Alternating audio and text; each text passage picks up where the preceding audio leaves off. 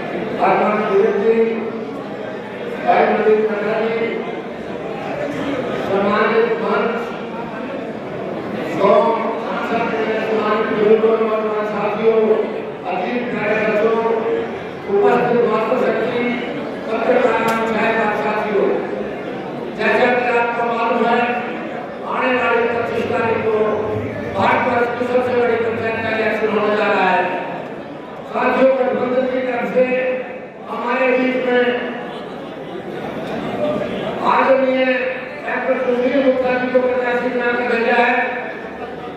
साथियों, ये जो चुनाव है आम चुनाव नहीं है, ये चुनाव भारत का संविधान, भारत का लोकतंत्र बचाने के लिए यह चुनाव जा रहा है। साथियों, सबने सचेत होकर अपने संविधान को बचाने के लिए सिर्फ और सिर्फ इस इलेक्शन में भारतीय जनता पार्टी को हराना है और गठबंधन के प्रत्याशी आदरणीय डॉक्टर सुशील गुप्ता जी को सबसे बड़ी पंचायत के लिए चुनकर यहाँ से भेजना है। आपने मेरी बात को सुना, आपका बहुत बहुत धन्यवाद। जय हिंद साथियों।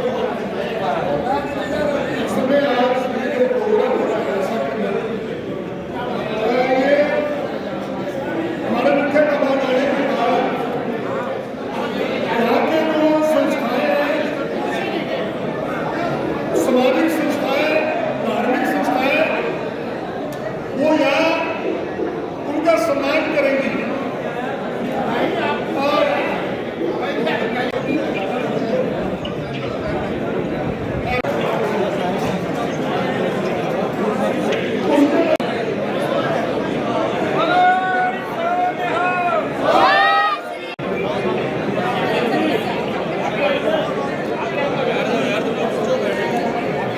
आपने देनी है के लिए हमारे देश भक्तों ने अपनी जान इस देश के लिए निछावर की थी। साथियों, दुर्भाग्य इस देश का कि आज जो अंग्रेजों के समय में हालत है, ठीक वही हालात आज हमारे देश में हो रहे हैं। लोगों की आवाज को दबाया जा रहा है। प्रजातंत्र में विपक्ष की अहम भूमिका होती है। आज विपक्ष को भी समाप्त करने को उतारी है ये जालिम सरकार। आज जो नेता इनके सामने बोलता है, इनकी चोरी को बताता है, आज उसी पर रात के 12 बजने से पहले ही उसी पर ईडी की और सीबीआई की रेड हो जाती है, उसे जेल में ठोका जाता है। आज ये हालत है मेरे दोस्तों। आज भाषण का समय नहीं साथियों, आज प्रश्न है इस देश का, आज प्रश्न है इस देश के संविधान का। ये देश जब आजाद हुआ था, बाबा भीमराव अम्बेडकर जी सबसे पढ़े लिखे, विश्व में सबसे पढ़े लिखे व्यक्तित्व है। तो बड़े बड़े नेता, कांग्रेस पार्टी के नेता बैठ करके सोचने लगे कि देश तो आजाद हो गया, कि देश को चलाएंगे कैसे, हमें तजुर्बा तो है नहीं। बाबा भीमराव अम्बेडकर जी ने कहा, घबराओ मत, मैं चलवाऊंगा, देश को मैं चलवाऊंगा। एक संविधान बनाया, विश्व का सबसे बड़ा संविधान बनाया। मीडिया वाले किसी का पानी नहीं देंगे, गरीब आदमी को अधिकार मिले, उनको रिजर्वेशन के अधिकार मिले, वोट के अधिकार मिले, बोलने के अधिकार मिले। तो छोड़ दीजिए, आज देश को बचाइए। तो ये बात सोच करके दोनों पार्टियां आज ईमानदारी से एक दूसरे की मदद कर रही है, एक दूसरे के प्रत्याशी को जिता रही है। और मैं आपको ईमानदारी से एक बात कहता हूँ साथियों, चुनाव में भी बहुत बड़ा प्यार मिलता है, लेकिन मैं एक बात कहता हूँ कि चुनाव को कभी भी आसान नहीं समझना चाहिए, अभिमान में नहीं रहना चाहिए। जो व्यक्ति जो पार्टी अभिमान में आ गई तो वो पार्टी को रिजल्ट बुरा मिलता है। तो मैं आपसे यही प्रार्थना करूंगा कि आज आप लोगों की दया से आज 2014 में मोदी जी की जो हवा जितनी स्पीड से चली थी, आज उतनी स्पीड से बैक गेयर लगा हुआ है। यहाँ नहीं, समूचे हिंदुस्तान में आज लोगों ने फैसला कर दिया। मेरी राजपूत बिरादरी भाइयों ने फैसला कर लिया, चमार भाइयों ने फैसला कर लिया, जाट भाइयों ने फैसला कर लिया, चर्चित भाइयों ने फैसला कर लिया, छोटे व्यापारी ने फैसला कर लिया, कर्मचारी ने फैसला कर लिया, हर वर्ग के लोगों ने फैसला कर लिया कि हमने बदलाव लाना है। आप सभी का बहुत बहुत धन्यवाद। इंडिया नेशनल गठबंधन के सारे प्रत्याशी श्री गुप्ता जी, मेरे बड़े साहब और मेरे वैश्विक राजनीति से रहे मार्गदर्शक श्री अशोक अरोड़ा जी, सही साहब, प्रदीप जी, आनंद जी, छोटा ईमानदार, कौशिक साहब, मैं हमेशा नगर निकाय नाम से संबोधित करता है केश बुधवार जी, चांसा जी, मेरे बुजुर्गों, नौजवान साथियों, चांसा जी, आले दुआले के पिता दिनों आए हुए मेरे बुजुर्गों, ज्यादा चुनाव करता है तो सारा को पता है कि ये देश के हिंदुस्तान के राजनीति के तरीके की जा रही है। अगर कोई बंदा बीजेपी के खिलाफ बोलने की कोशिश करता है, बोले पे ईडी, बोले पे इनकम टैक्स, सीबीआई की रेड हो जाती है।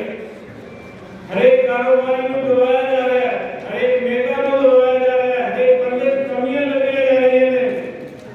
आज बीजेपी देखो अपने कैंडिडेट भी नहीं सीखे, कैंडिडेट भी कांग्रेस को ले गए, कांग्रेस के बंदे को किसी तरीके का साथ देंगे, उन्हें तो बीजेपी ज्वाइन कराएगी, फिर उन्हें बीजेपी के प्रत्याशी बनाया गया।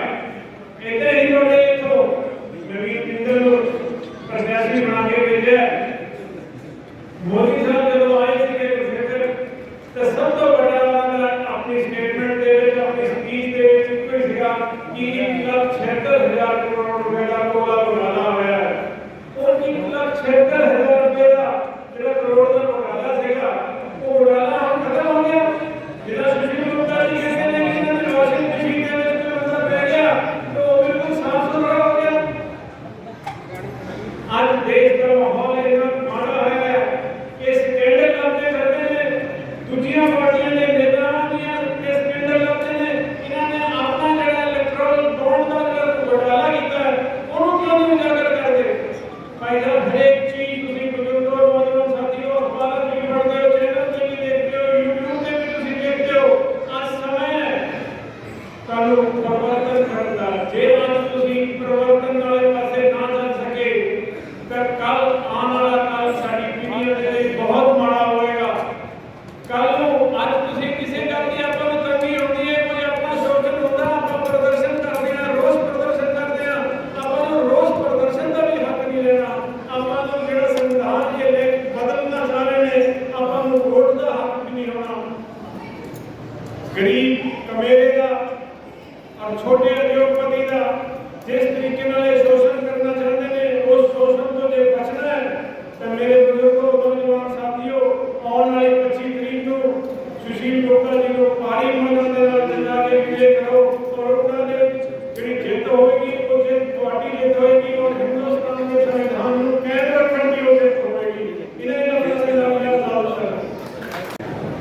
इंडिया अलायंस के उम्मीदवार श्री सुशील गुप्ता जी और हमारे बड़े भाई अशोक अरोड़ा जी, सम्मानित मंच, कांग्रेस पार्टी के कार्यकर्ता और आम आदमी पार्टी के कार्यकर्ता, बुजुर्ग, छोटे भाई, छोटी बहनें, माताएं, बहनें, सबको भी आपका बहुत बहुत धन्यवाद। इतनी बड़ी तादाद में आकर आपने ये दिखा दिया कि हवा पर किस तरफ है। भाई मेरे को ज़्यादा समय नहीं लेना, झांसा गांव में आया तो कुछ तो बोलूँगा। आप 2009 से पहले का झांसा देखो और हुड्डा साहब और चट्टा साहब के टाइम का 2009 से 2014 का झांसा देखो। आपकी मंडी, आपका 3 मंजिला अस्पताल, आपके डेरों के 30-30 किलो के रास्ते, आपकी मार्केटिंग बोर्ड और पीडब्ल्यूडी की सड़कें, आपके रोजगार, ये चौथा गांव है जहां पर सबसे ज्यादा रोजगार मिला है पूरे हल्के में और किसी का एक पैसा खर्च नहीं हुआ। ये हुड्डा साहब का और चट्टा साहब के काम है। और ये बता दीजिए भाई, आप दिल पे याद रख के की सियाई होती है जो चट्टा साहब ने ना बनाई हो, ठीक है ना। तो मैं यही उम्मीद करता हूँ गुप्ता साहब आप चुनाव जीत रहे हैं। परमात्मा आपको समय दे। और गुप्ता साहब ने जो हमारे इलाके में करके दिखाया है, हम ये चाहते हैं कि आप उससे भी ज़्यादा हमारा ज़्यादा समय ना लेता हुआ मैं आप सबका, भाइयों का, बहनों का बहुत बहुत धन्यवाद।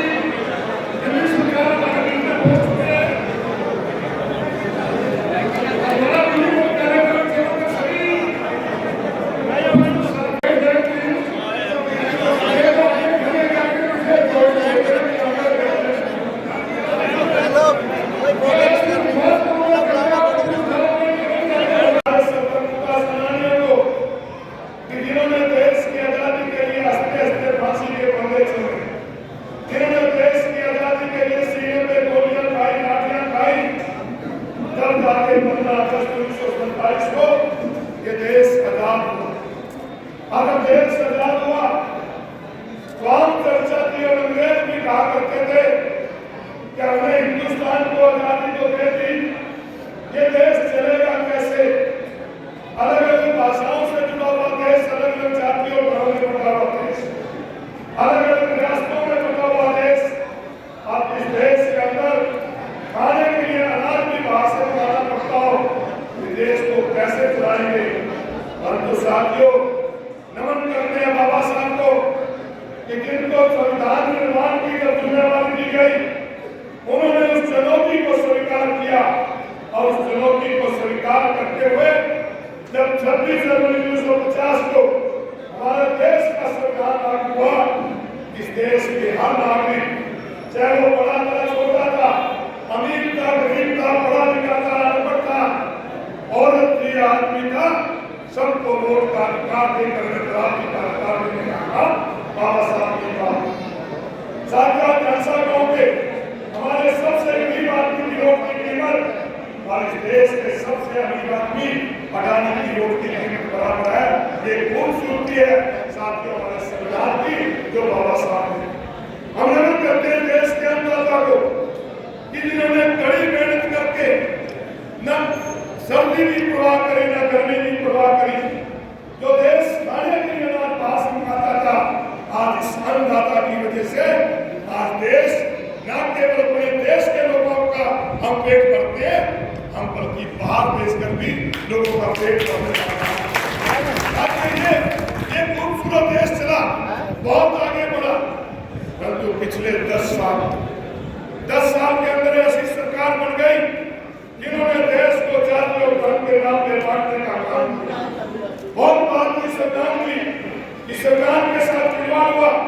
मैं उन बातों में न जाकर मैं आपको एक बात याद करना चाहूंगा कि जिन मुद्दों के ऊपर इस सरकार आई थी, ये कहते थे महंगाई कम करेंगे, रोजगार देंगे 2 करोड़ को, भ्रष्टाचार को खत्म करेंगे।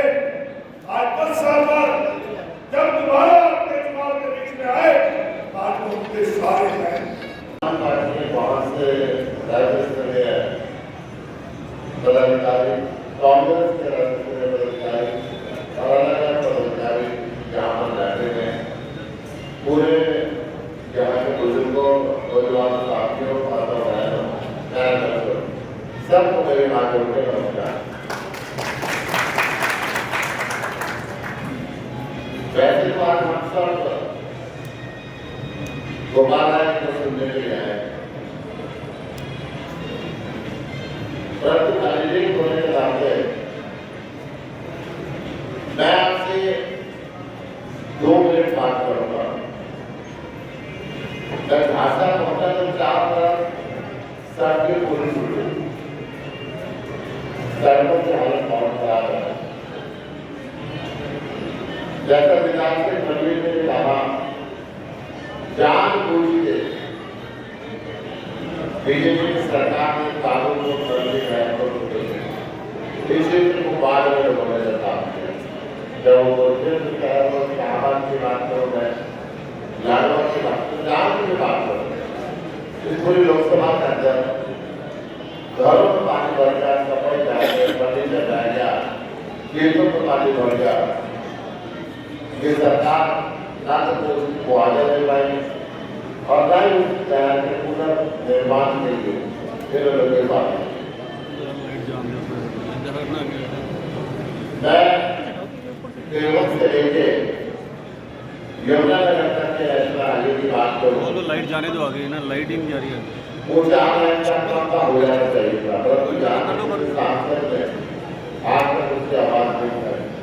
हरियाणा सरकार ने बात कहने का आदेश है कि भारत सरकार खड़ी है और भारत सरकार ने जो नुमाइंदा आपका बिल्कुल सांसद वो भी संसद क्षेत्र लोकसभा का नाम नहीं मिलेगा। आने वाली 25 मई को झाड़ू का बड़े दबाव मुझे आपके पास आपने तारीख को जाकर संदेश दिया कि आपका आशीर्वाद मिलेगा, परंतु एक जिले में काम शुरू करना चाहता हूँ। पूरा का पूरा देश कहता है कि मोदी की मशीन में गड़बड़ी है। 15-20 मिनट किस सेकंड है, उस सेकंड का जवाब भी आपको देना है। मैं आपसे खबर कराना चाहता हूँ, सबसे पहले आप अपने घर में जाते हैं, अपनी पत्नी से, अपने पति से, अपने माता पिता से, अपने बच्चों, अपने भाई बहन से ये चर्चा करने के लिए हमें झाड़ू में होता है। आप चर्चा करते अपने रिश्तेदार, आप चर्चा करते अपने पड़ोस में, आप चर्चा करते अपने गांव के लोग और अपने गुहार के लोग। कम से कम 20 वोटों जो 20 मिनट की सेटिंग खत्म करने के लिए 20 वोटों को ईमानदारी से इंडिया के बंधन के लिए, सुशील गुप्ता के लिए, झाड़ू के लिए जो मांगना हुआ आता है,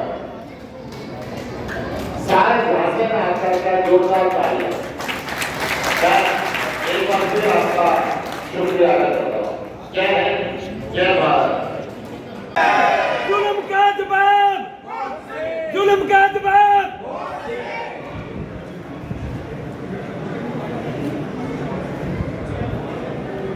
आज यहाँ सभागार में इंडिया गठबंधन के बहुत सारे नेता बैठे हैं, आम आदमी पार्टी के, कांग्रेस पार्टी के, और इस देश में बदलाव के लिए जिन लोगों के दिलों में हलचल है, हमारे बहुत सारे बुजुर्ग माताएं, बहनें, नौजवान दोस्त यहाँ इकट्ठा है। जितने लोग खड़े हैं बैठ जाइए, उसमें आए चारों तरफ बैठ जाइए, पीछे वालों को दिखाई नहीं दे रहा, जो लोग खड़े बैठ जाइए। जितने देश भगत यहाँ पर इकट्ठा है, सबसे पहले मेरा निवेदन है, दोनों हाथ की मुट्ठियां एक बार बांधेंगे हम सब लोग और दोनों हाथ ऊपर करेंगे। जो लोग इस मुल्क से, इस देश से मोहब्बत करते हैं और जिन लोगों के पास हाथ है ऊपर नीचे आजू बाजू सभी लोग दोनों हाथ की मुट्ठियां बांधेंगे और पूरी ताकत से बोलेंगे, भारत माता की जय, भारत माता की जय, जिंदाबाद, जिंदाबाद, वंदे मातरम। साथियों, लोकसभा चुनाव का बिगुल बज चुका है। उत्तर, दक्षिण, पूर्व, पश्चिम, कन्याकुमारी से लेकर के काश्मीर तक, गुजरात से लेकर के मणिपुर तक, इस देश का तारा साथ घूम रहा है। पूरे देश के अंदर 1 साल में, 2 साल में, 3 साल में, 4 साल में, 5 साल में, 10 साल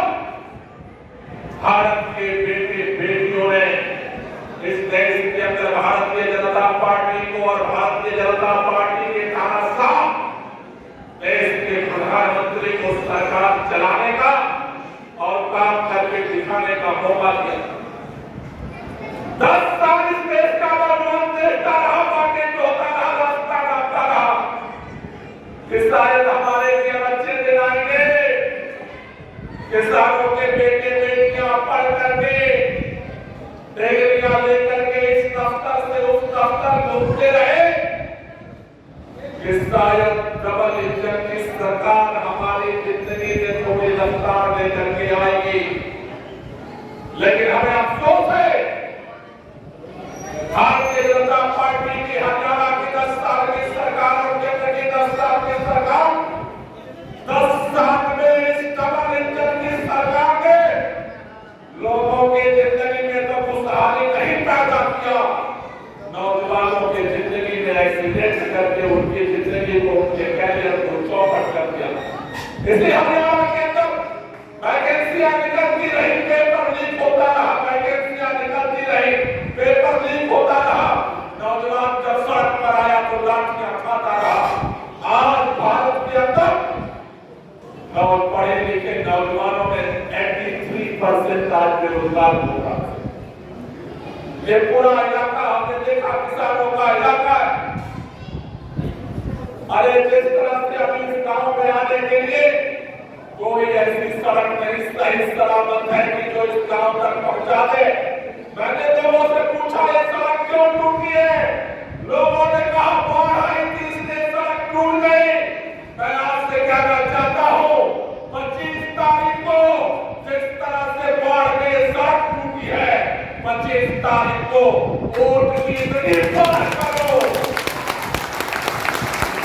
ये हुकूमत टूट जाए।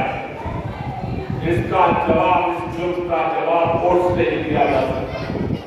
क्या किया इस हुकूमत ने किसानों के साथ? कहते हैं किसान अन्नदाता है, अगर किसान मेहनत ना करे तो प्रधानमंत्री के घर में भी रोटी नहीं मिल सकती है। अरे जिन किसानों की पसीने की कमाई को तुम अपने दिवाले के रूप में खाते हो, किसानों ने 1 साल तक तुम्हारे 3 काले कानून के लिए अपना घर बार छोड़ करके सब कुछ दाव पर लगा दिया। तुम्हें तरस नहीं आया? कड़कती ठंड में किसान सड़क पर बैठे रहे, तपती धूप में किसान सड़क पर बैठे रहे, बारिश में किसान भीगते रहे, तुम्हें तरस नहीं आया? यूपी का जब चुनाव आया और तुम्हें लगा कि उत्तर प्रदेश के अंदर तुम्हारी जमानत जब्त हो सकती है, मैं इस बात के लिए आप सबको बधाई देने आया हूं दिल्ली की तरफ से। भारतीय जनता पार्टी वालों ने जब किसान आंदोलन शुरू किया, कहा दिल्ली के अंदर हम जेल बनाएंगे। आज आपका शेर, आपका बेटा केजरीवाल जेल में है, लेकिन मोदी सरकार से आंख में आंख मिलाकर के बोला था कुछ भी हो जाए हम जेल नहीं बनने देंगे और किसानों को जेल में नहीं जाने देंगे। 1 साल के आंदोलन के बाद किसानों को जीत मिली थी। आप सोचो, जो कहते हैं कि मोदी इस बार 400 पार करने जा रहे हैं, किसानों ने 1 साल में घुटने टिकवाए थे। अरे इस देश के लोग इकट्ठा हो गए, वो 400 को छोड़ो 40 की बिल देनी पड़ जाएगी।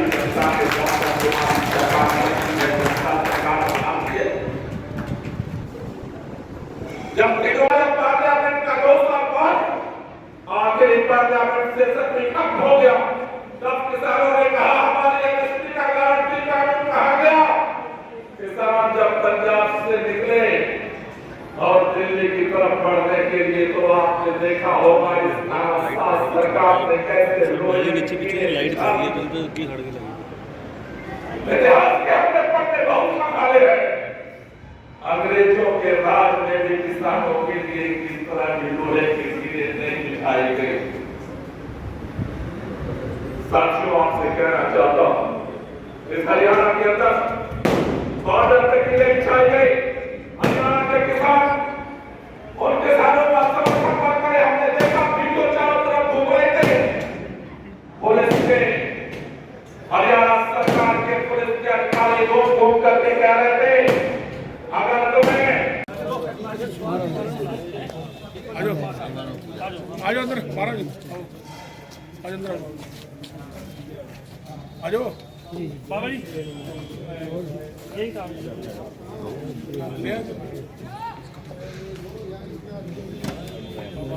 वही रोक ले एक जगह मूवी आ जाओ आले बाबा जी बता दो महाराज बस हो गया मेरा तो सामान आपने कर दिया हमारा जी का हो गया